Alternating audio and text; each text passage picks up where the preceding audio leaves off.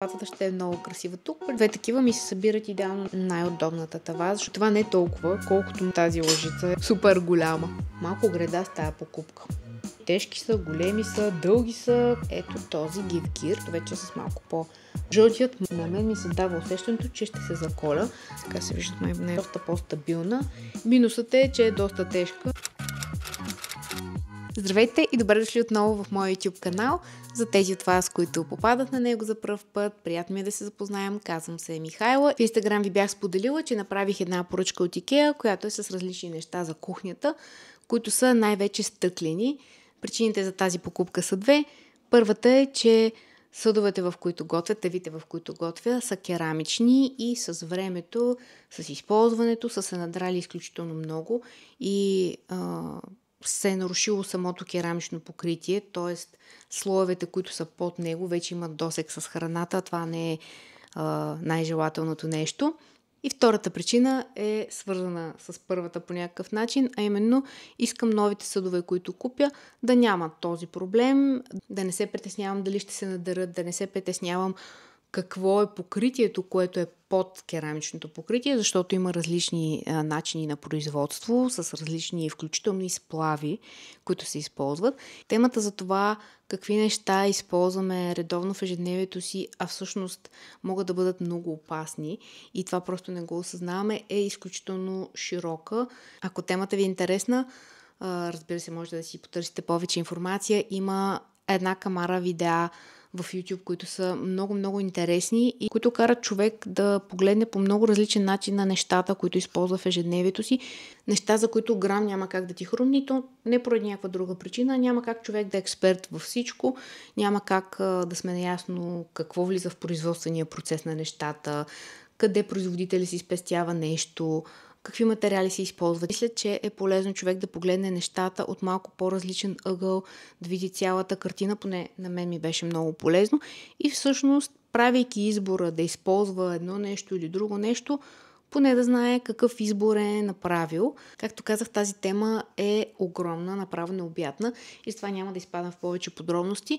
Разказвам ви всичко това, за да ви обясня защо ще видите изключително много стъклари в това видео, тъй като стъклото е именно един от най-безопасните материали, които могат да влизат в досег с храна. Да не кажа, може би най-безопасния. От него има най-минимална вероятност да има излишни отлагания, поради своята специфика, свойствата на материала, начина по който се обработва. Идеята изобщо не е да се изпада в крайности, човек да се вманиачава и да се паникьосва.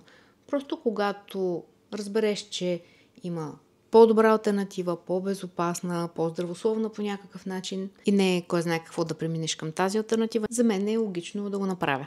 Канех се да го направя отдавна и момента така или иначе си дойде, но за тези от вас, които в момента им предстои, да кажем, да обзавеждат кухня, обновяват си изцяло посудата в кухнята, предстои им да обзавеждат кухня, това видео би било полезно, за да видите една друга гледна точка и би могло да ви даде една цялостна идея за това как да подходите. Започвам с самите покупки, като първо ще ви покажа тези от IKEA и после другите, които мисля, че почти всички са от Practicare. Ако светлината ви се струва малко по-различна, това е така, защото ми се наложи да прекъсна да снимам, трябваше да свърша нещо и се включвам реално няколко часа по-късно. Започвам с ето тази купа, която е доста тежка, която съм взела за салата, когато реша да правя по-голямо количество. Също става за разбъркване, когато правя някаква смес, примерно за бананов хляб, за някакви кексове. Предишната ми купа беше пластмасова, пак беше от IKEA, между другото. Събира по-голямо количество, а когато се готвят такива неща, е хубаво да е по-голям съда, нищо, че няма да бъде пълен със сместа. Много по-лесно да се работи вътре, ако реша и да меся някой път, макар че това по-рядко ми се случва. Минусът е, че е доста тежка и трябва да се внимава все пак. И поне тези стъклени купи, съдове, които имам от IKEA, са доста издръжливи, защото при прехвърляне в миялната, отмивката, после в хладилника, при подреждането в шкафа, много възможно да се чукнат тук и там. Аз го правя, случвало се многократно и не са се счупили по някакъв начин. Следващата купа е ето тази. 100% сте виждали в IKEA, тя си е част от постоянният им асортимент. Взела съм я с идеята да я ползвам за салат. Аз обичам да си правя големи салати, примерно зелена салата, салата с зели и моркови. Също мога да си използвам отново за готвене, за разбъркване, нещо по-малко като смес. Много е лека, стъклото е една идея, сякаш по-тънко. И си представям, че салатата ще е много красива тук. Следващото нещо, ето тази купичка тавичка. Знаете, че в тези съчета може и да се готви във фурна, може да се хранявате в фризера, в хладилника храна. Има много от тях, няма да изпадам в подробности. Много са добри, просто ми трябваше още една допълнителна. Взела съм си и две ето такива купи, може би е така да видите формата по-лесно. Супер удобни са ми като форма, много са лесни за хващане така с двете дръжки, когато ги вадя от фурната. И много често, когато решавам, че ще пека нещо, в едната правя едно ядене, в другата друго ядене, нареждам в фурната няколко тави и така готвя няколко неща едновременно и така става по-ефективно приготвяне на храната за седмицата. И точно две такива ми се събират идеално на горния ред на фурната. И другото готино при тях е, че като количество, което събират, са идеални, за да може хем да се яде няколко пъти, хем да не се застоява храна и винаги да има нещо различно. И последният стъклен съд, който ще ви покажа, е ето тази тава, която ми е, може би, най-удобната тава, защото аз имам още една такава. Хем е голяма, хем е много дълбока и в нея ми е супер удобно да правя всякакви ястия с зеленчуци, с заливки, с месо и зеленчуци, всичко в едно, защото има достатъчно голямо пространство. Другата ми такава тава е на 5-6 години, може би повече, не знам. Но ми е наистина един от най-удобните съдове за готвене. Освен това към нея можете да си вземете и голям капак пластмасов, както е на по-малките такива съдчета. И реално каквото е сготвено, директно по този начин да влезе в хладилника, който прави нещата много удобни, защото не е нужно да прехвърлям това, което съм сготвила в друг съд, който да слагам после в хладилника. Следващите неща, които ще ви покажа, са от неръждаема стомана и съответно могат и да се мият в съдомиялна машина. Първите две са ето тези мерителни лъжички, да ги видите как изглеждат, имат такова нещо отгоре. А можете да ги ползвате за чай, ако имате в насипна форма, за кафе, ако ползвате смляно кафе. Аз ще ги ползвам за протеин, защото ми сториха много удобни. Бях ги видяла преди известно време на живо в магазина. В тази поръчка просто им дойде реда.